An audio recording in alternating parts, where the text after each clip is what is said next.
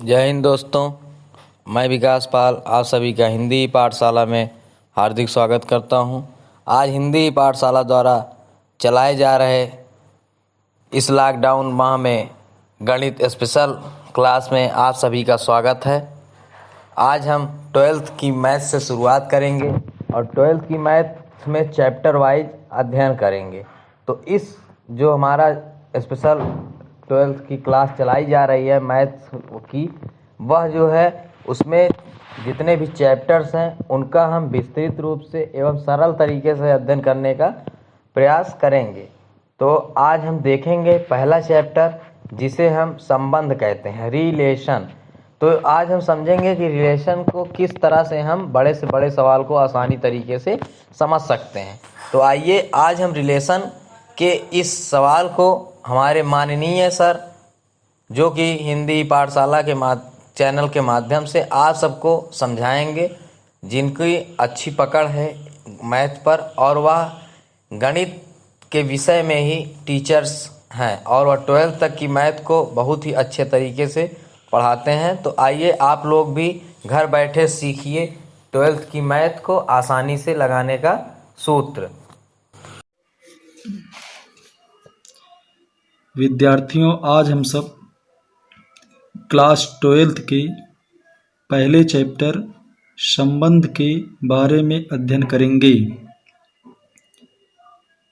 संबंध का प्रारंभिक ज्ञान 11th में प्राप्त कर चुके हैं। जितना कुछ 11th में सीखे हैं उसके आगे की जानकारी 12th में इस प्रकार है। मान लीजिए एक कोई समुच्चय है जिसके अवयव हैं 1, 2, 3।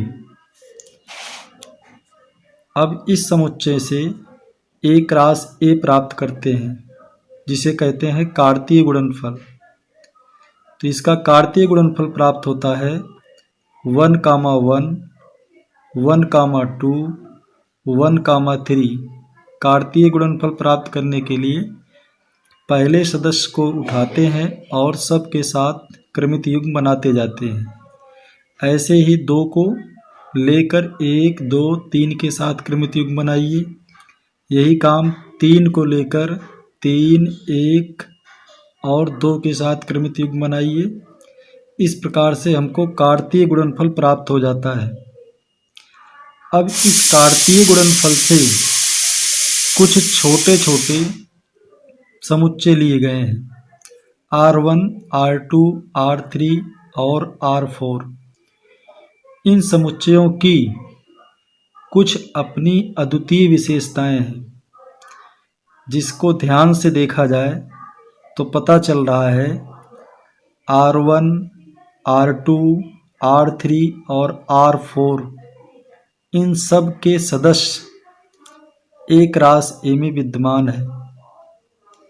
समुच्चय की भाषा में R1, R2, R3, R4 को संबंध कहा जाता है। अर्थात प्रत्येक संबंध ए क्रॉस ए का उपसमुच्चय होता है। प्रत्येक संबंध ए क्रॉस ए का उपसमुच्चय होता है। अगर R1 को समुच्चय ए क्रॉस ए का संबंध कहना है तो देखना पड़ेगा कि R1 के सभी सदस्य ए क्रॉस ए में विद्यमान हैं अथवा नहीं। अगर R1 के सभी सदस्य ए क्रॉस ए में विद्यमान हैं तो R1 समुच्चय ए क्रॉस ए का एक संबंध कहलाएगा। इसी प्रकार R2 को भी चेक करेंगे, R3 को भी चेक करेंगे और R4 को भी चेक करेंगे। और हम देख रहे हैं कि R1, R2, R3, R4 सब के सदस्य ए क्रॉस ए में विद्यमान हैं। अतः R1, R2, R3 और R4 इस दिए गए समुच्चय ए के लिए ए क्रॉस ए में संबंध हैं। अतः परिभाषा के रूप में कहा जा सकता है कि R1, R2, R3, R4 जैसे सभी उपसमुच्चय समुच्चय ए से ए में एक संबंध दर्शाते हैं। इन संबंधों की अपनी अलग अलग विशेषताएं हैं। जैसे R1 को हम देखें तो देख रहे हैं कि समुच्चय ए के प्रत्येक अवयव स्वयं से जुड़े हुए हैं। एक एक से जुड़ा है, दो दो से जुड़ा है, तीन तीन से जुड़ा है। ऐसे संबंध को नाम दिया जाता है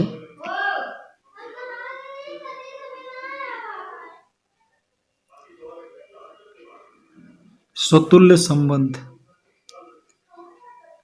ऐसे संबंध को स्वतुल्य संबंध कहते हैं, रिफ्लेक्सिव रिलेशन। R2 में देखें तो जो संबंध पहले सदस्य का दूसरे से है वही दूसरे का पहले से है। अर्थात यहाँ प्रत्येक x, y belong to R2 के लिए y, x also belong to R2 दिया है। इस तरह के संबंधों को कहा जाता है सम्मित संबंध। ऐसे संबंधों का नाम होता है सम्मित संबंध। R3 में देखिए, जो संबंध 1 का 2 से है, 2 का 1 से है, वही संबंध 1 का 1 के साथ भी है। इसी तरह जो संबंध 1 का 3 से है, 3 का 1 से है, वही संबंध 1 का 1 से है। अर्थात यहाँ ये शर्त लागू होती है, order pair x, y belong to R3, y, z belong to R3 implies x, z also belong to R3। इस तरह की शर्त रखने वाले सभी संबंधों को संक्रामक संबंध कहते हैं, ट्रांजिटिव रिलेशन। ऐसे संबंधों को संक्रामक संबंध कहते हैं, ट्रांजिटिव रिलेशन कहते हैं। अगला R4 के बारे में देखिए, तो यहाँ पर प्रत्येक अवयव स्वयं से ही जुड़ा है, इसके अलावा और सदस्य नहीं है। ऐसे संबंधों को इकाई संबंध कहते हैं या तत्समक संबंध। इकाई संबंध या तत्समक संबंध कहा जाता है। तत्समक संबंध, इकाई संबंध या तत्समक संबंध कहते हैं। इसको संकेत में इस तरह से दर्शाया जाता है, अर्थात IA = 1, 1, 2, 2, 3, 3। इस तरह के संबंध इकाई संबंध कहलाते हैं। हमेशा स्वतुल्य संबंध और इकाई संबंध में थोड़ा सा कन्फ्यूजन हो जाता है, क्योंकि दोनों की शर्तें लगभग मिलती जुलती हैं, लेकिन दोनों में थोड़ा सा अंतर है। वो अंतर देखिए, R1 में हम देख रहे हैं कि प्रत्येक अवयव स्वयं से जुड़ा है, लेकिन इसके अलावा भी एक सदस्य दिया गया है, जबकि R4 में प्रत्येक अवयव सिर्फ स्वयं से जुड़ा है। तो इतना दोनों में अंतर है।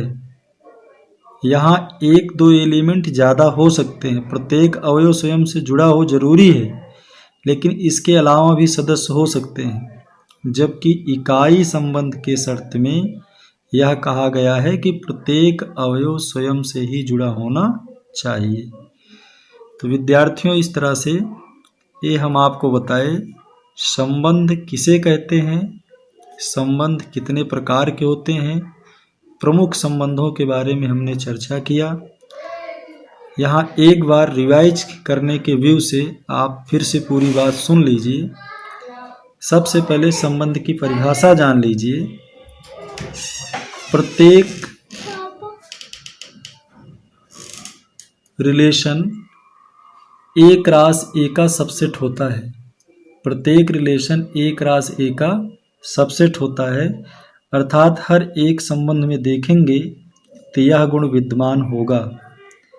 इसी के आधार पर तय करते हैं कि दिया गया संबंध दिए गए समुच्चय से संबंधित है अथवा नहीं। इसके बाद फिर अलग अलग संबंधों के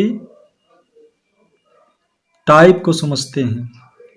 तो टाइप में पहला है सुतुल्य, दूसरा है सम्मित, तीसरा है संक्रमक और चौथा है इकाई या तत्समक।